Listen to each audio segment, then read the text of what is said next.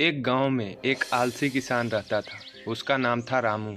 वह हमेशा सोता रहता था और अपनी खेतों में बहुत कम ध्यान देता था, जिसके कारण उसके फसल हमेशा खराब हो जाते थे। उसके पड़ोसी किसान बहुत ही मेहनती थे और उनकी फसलें हमेशा अच्छी होती थी।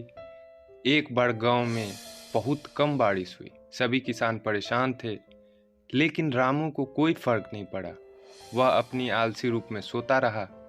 कुछ दिन बाद जब बहुत अच्छी बारिश हुई, रामू फिर भी सोता रहा। बारिश होने के बाद रामू अपनी फसल की जांच करने के लिए अपने खेतों में जाता है, तो उसने देखा कि उसकी फसलें सूख गई हैं।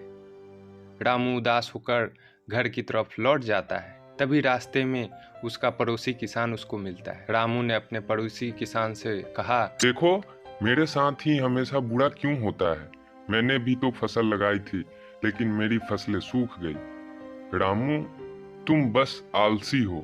अगर तुम मेहनत करते तो तुम्हारी फसलें भी अच्छी होती।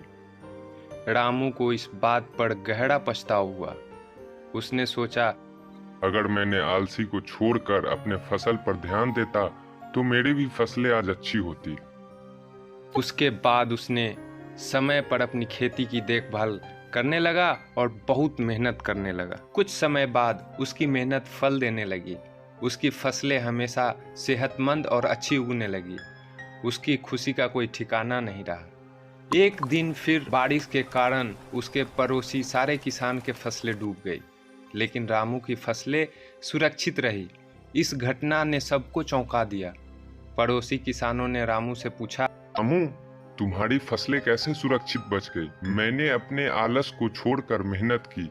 मैंने नियमित रूप से खेती की देखभाल की। तुमने सही कहा, मेहनत का हमेशा फल मीठा होता है।